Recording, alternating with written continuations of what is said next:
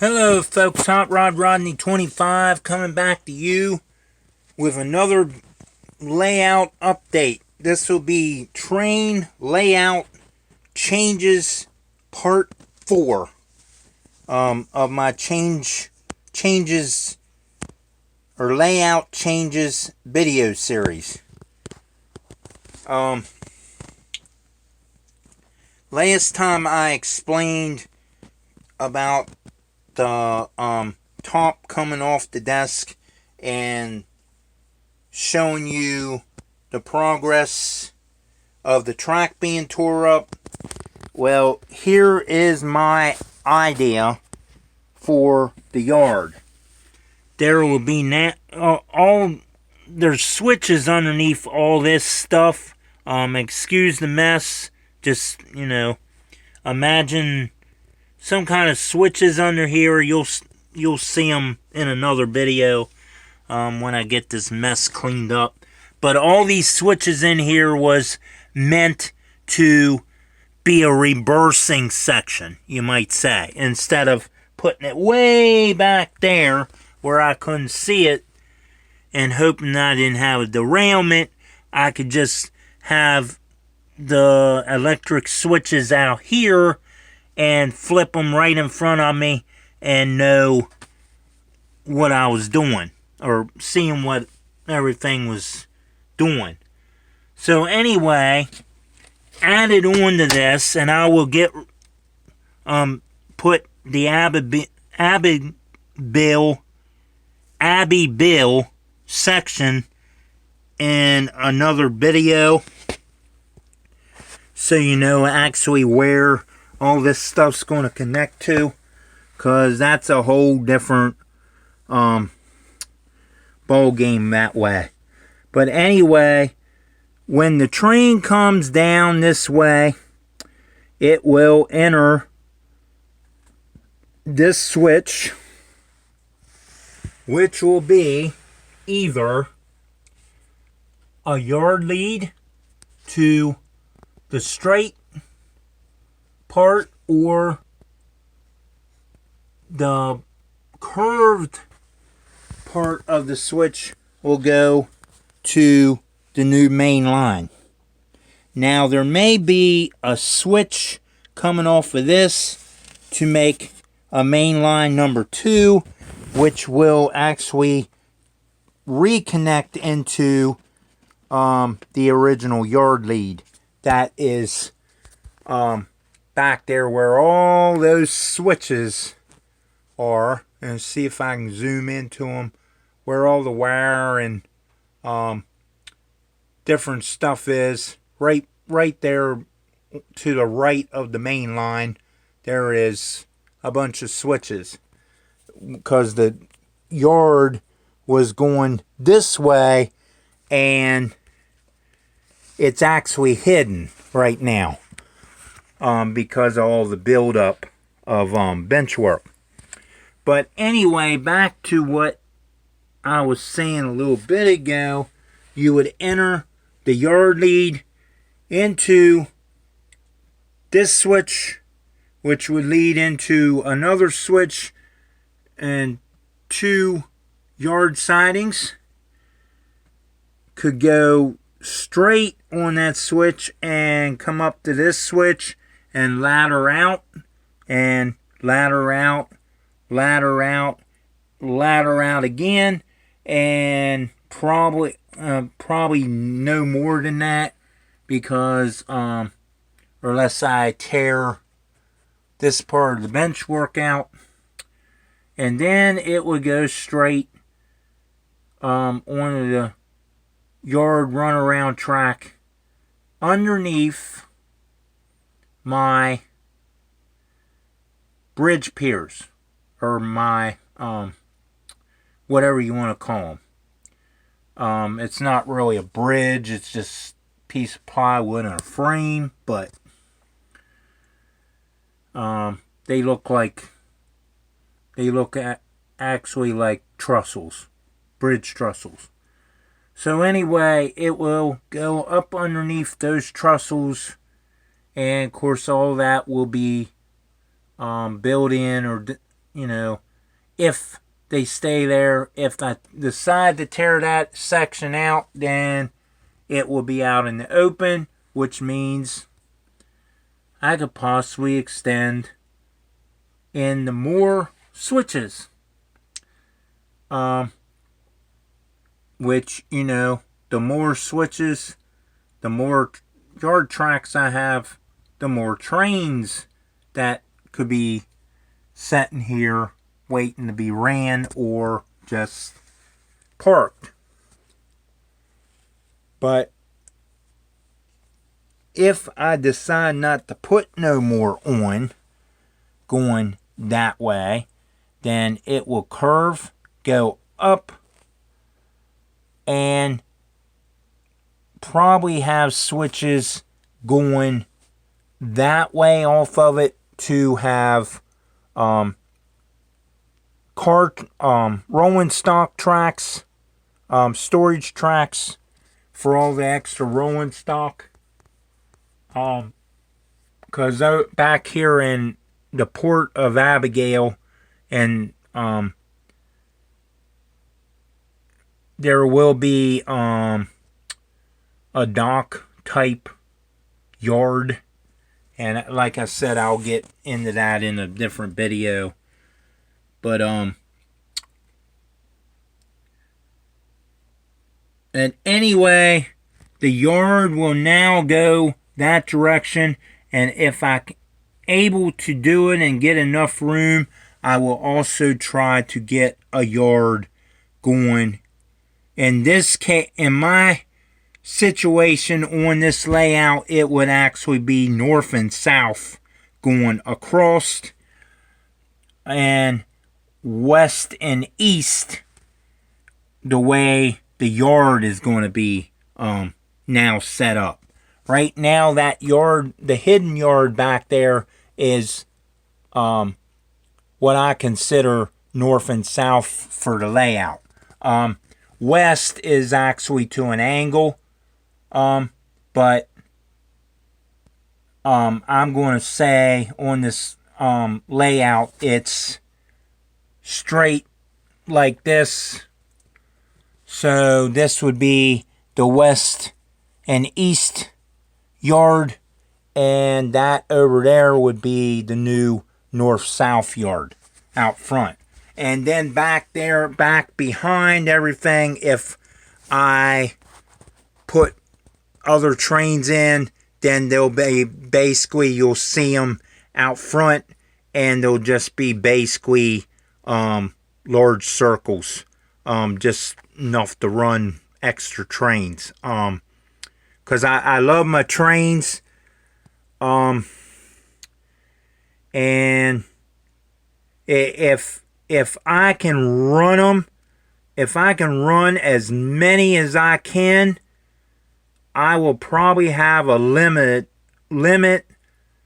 and maximum of 25 for this whole shed. Running at the same, or not necessarily running at the same time, but some of them will be on large circles and so forth, and small circles, and then down here there'll be one running. The incline decline will be insulated with its own transformer, hooked to an Atlas switch relay. Okay, and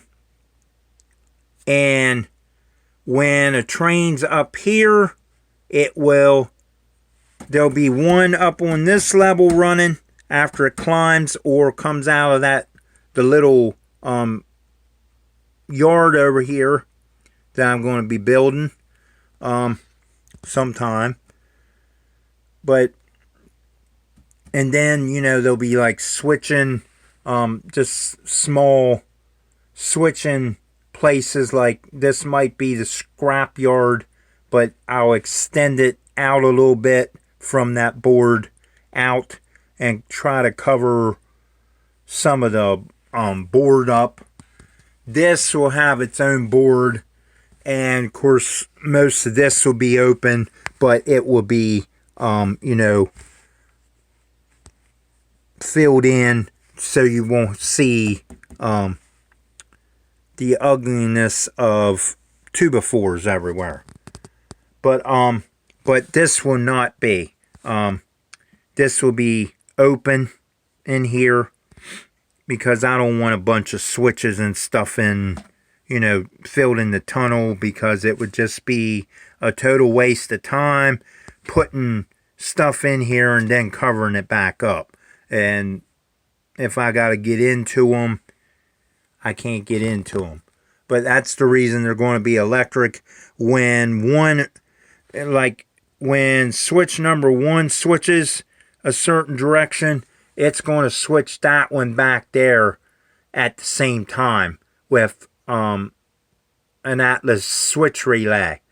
And then with this Atlas switch relay and these Acme push button controls, I will be able to have a red and green light for indicator lights, and I can rig up signals if I want to, for the yard or whatever, and you know, I can have the signals and the switch control lights switching at the same time off of an Atlas switch relay.